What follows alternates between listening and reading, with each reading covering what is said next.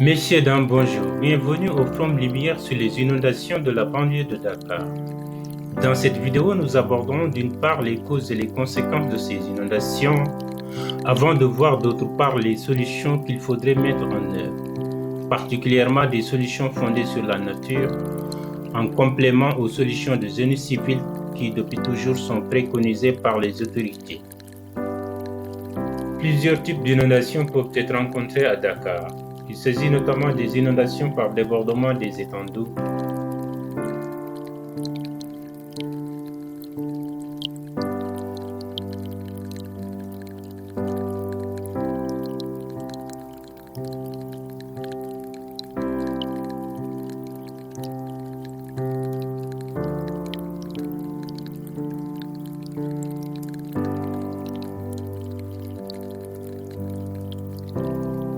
des inondations par accumulation des eaux dans les bas-fonds,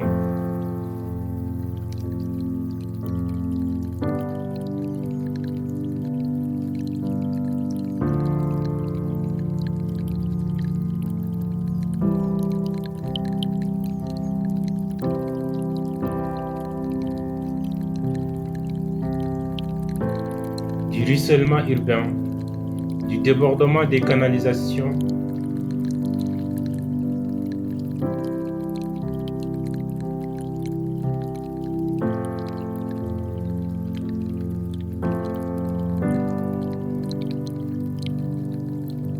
et de la remontée de la nappe phréatique. Ceci rend complexe la gestion du phénomène. L'État et les collectivités territoriales concentrent l'essentiel de leurs actions sur la gestion des inondations par ruissellement urbain, ce qui explique sans doute ou qui pourrait expliquer la persistance du phénomène malgré les 750 milliards dépensés entre 2012 et 2020. Les inondations de la banlieue de Dakar s'expliquent par des facteurs naturels et anthropiques. Parmi les facteurs naturels, nous pouvons citer la nature des sites, c'est-à-dire de la zone, le retour à la normale de la pluviométrie après une longue période déficitaire qui a favorisé l'installation des populations dans les dépressions, et la saturation de la nappe phréatique.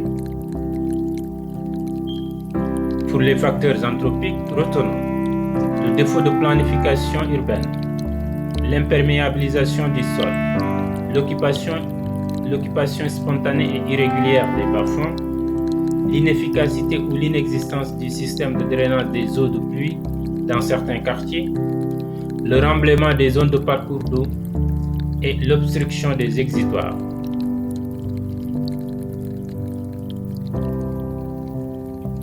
La plupart des chercheurs soutiennent que les inondations de Dakar s'expliquent aussi par des déficiences dans la planification et l'aménagement urbain révélées par le retour de la pluviométrie.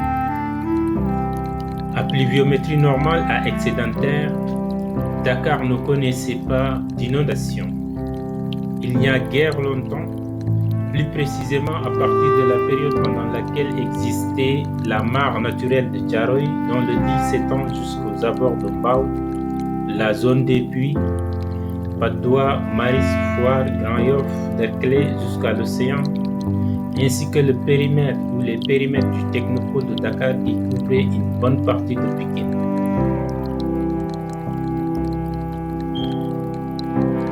Cette carte du paysage de Dakar nous montre le poids de l'imperméabilisation du sol dans les inondations.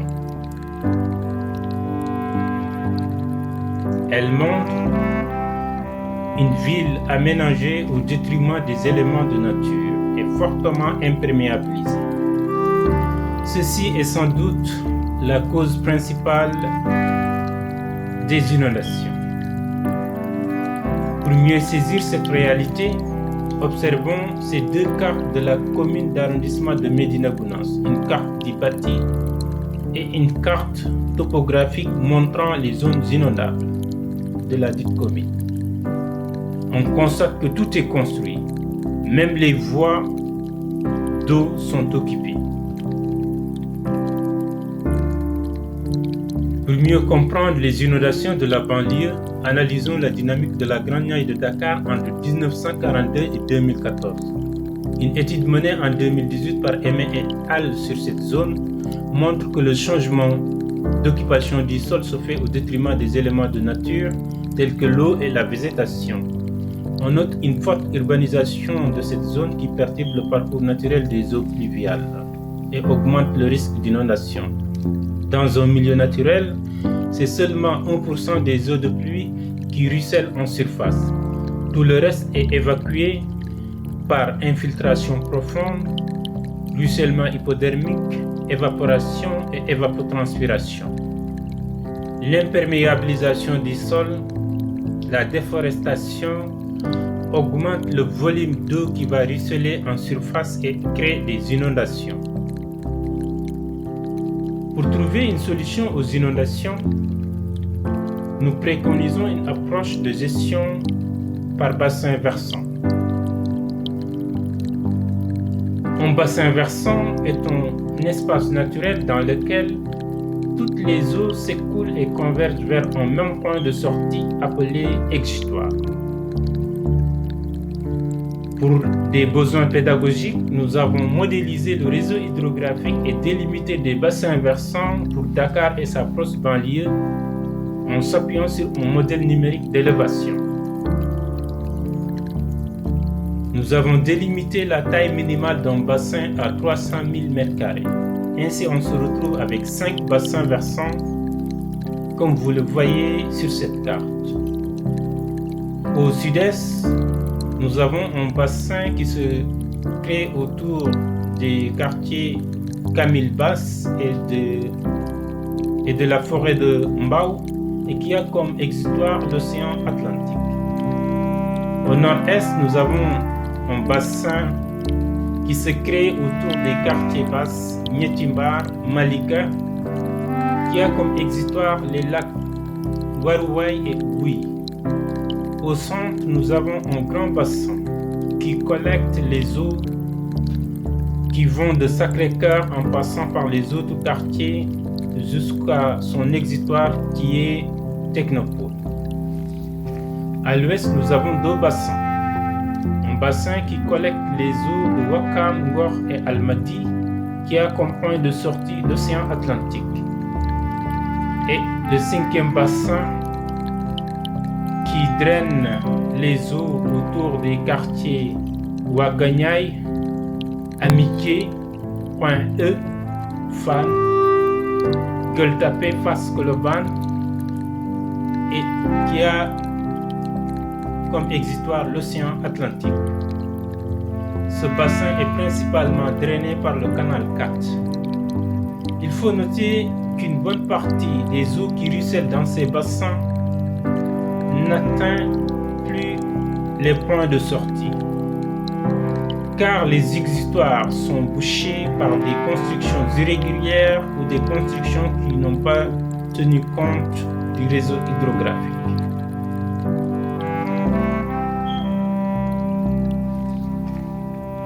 Ces inondations, dont les conséquences économiques, environnementales, sociales et sanitaires ne sont plus à démontrer, peuvent être solutionnées à travers des approches de génie civil ou des solutions fondées sur la nature.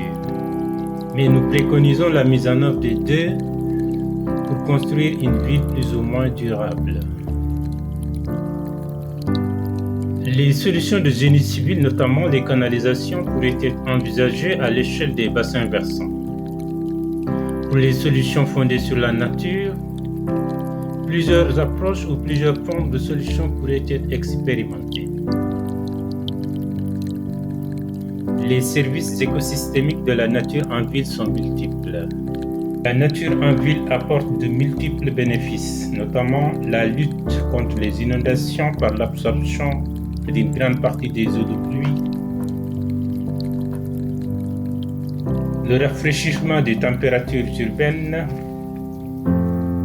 la filtration des particules de pollution. Avec les sols, la végétation stocke le carbone et fournit de l'oxygène.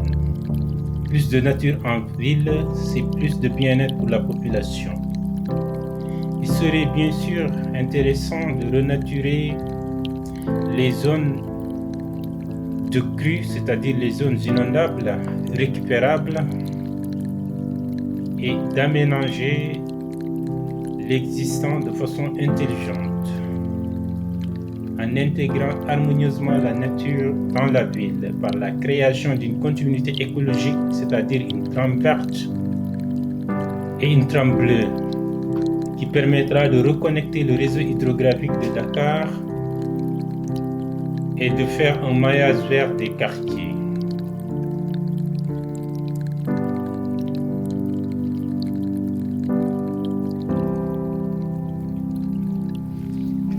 La création de quartiers éponges dans la banlieue de Dakar va réduire le volume d'eau qui ruisselle en surface, mais pour que cela soit efficace, il faut le pompage systématique de la nappe phréatique qui est saturée pour éviter la remontée des eaux souterraines en surface.